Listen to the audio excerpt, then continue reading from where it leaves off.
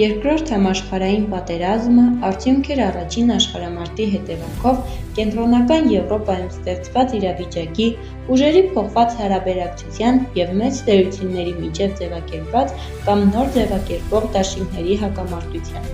Գլխավոր շարժիչ ուժը նացիստական Գերմանիան էր, որը կարիք ուներ վերահաստատել իր գերակա դիրքը կենտրոնական Եվրոպայում, որը դադարել էր գոյություն ունենալ ըստ առաջին աշխարհամարտը ավարտող 1919 թվականի Վերսալյան հաշտության։ Նացիստական Գերմանիայի ռազմատենչ և այլատյաց գաղափարախոսությանը հակառակ Մեծ Բրիտանիան և Ֆրանսիան ոչ այնքան նյութապես, որքան հոգեբանորեն պատրաստ չէին մաշող երկարատև պատերազմի, իսկ ԽՍՀՄ փորձում էր օգուտ քաղել եվրոպական երկու հզոր խմբավորումների հակամարտությունից առանց պատերազմի մտնելու որևէ մեկի դեմ։ Ի վերջո, աշխարհաքաղաքական անմիջական շահերը և անվստահությունը,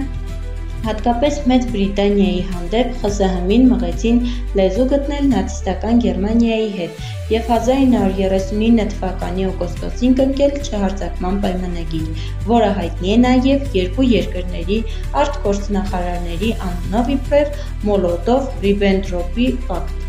Այն Գերմանիային Լեհաստանում, ինչպես նաև Եվրոպայի հյուսիսում և արևմուտքում գործողությունների ազատություն տվեց, իսկ ԽՍՀՄ Հիտլերից արտոնություն ստացավ նախկինում ռուսական կայսրության մաս հանդիսացած տարածքներ իրեն միացնել։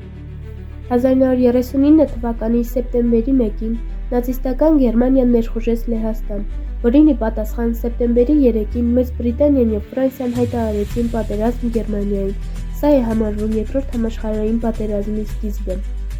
Պատերազմը սկսվեց իբրև ընդամենը գերմանա-լեհական պատերազմ, որի համար իբրև կախ ծառից գործածվել էին սեպտեմբերի 1-ին Գերմանիայի սահմանային Գլայվից բնակավայրում ռադիոկայանի բեմադրված գրավումը լեհական ուժերի կողմից և հակագերմանական կոչերի հնչեցումը երթերում։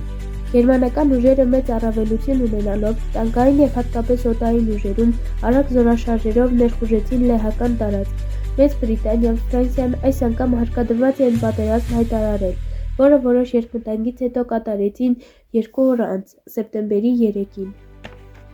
Ի տարբերություն առաջին համաշխարհայինի, այն սկզբում ամբողջ թափով տեղի չունեցավ արևմտյան ճակատում, այլ հիմնականում ընդարձավ որպես Գերմանիայի պատերազմը Լեհաստանի դեմ։ Ընդամենը մի քանի օր անց ընդլայնվեց, ընդգրկելով նորանոր երկրներ և ժողովուրդներ և պատճառելով աննախընթաց ծավալի արհավիրքներ։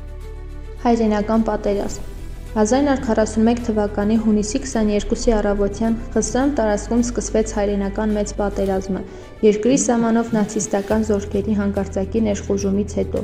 Պատերազմը տևեց գրեթե 4 տարի։ 1945 թվականի ապրիլի 16-ին սկսված Բեռլինի գրոհի և մայիսի խորհրդային բանակի տարած հաղթանակները հարկադրեցին ֆաշիստական Գերմանիայի ղեկավարությանն ընդունել իրենց պարտությունը։ Մայիսի 9-ին Գերմանիան ստորագրեց իր անվերապահ անձնատվության ակտը, որն ազդարարեց հայրենական մեծ պատերազմի հաղթական ավարտը։ Այդ օր առավոտյան ԽՍՀՄ Գերագույն խորհրդի նախագահության կողմից Խորհրդային Միության ողջ տարածքում հայտարարվեց խորհրդային զորքերի հաղթանակի և հաղթանակի տոնի հաստատման մասին։ 1945 թվականի սեպտեմբերի 2-ին Ճապոնիան անձնատուր եղավ, դրանով ավարտվեց Երկրորդ աշխարհամարտը։ Երկրորդ համաշխարհային պատերազմը շատ ծանր հարված հասցրեց մարդկությանը։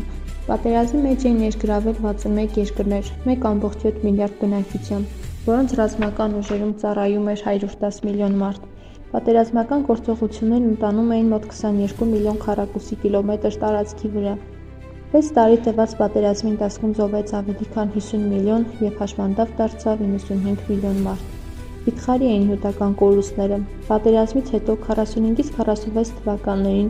Նյուրնբերգում կայացած դատավարությունը մավան դատապարտեց հիտլերյան հանցագործներին։ Հայրենական պատերազմի տարբեր ռազմաճակատներում կռվել ու հաղթանակներում իրենց ավանդ են ունեցել նաև շուրջ 600,000 հայրենիներ։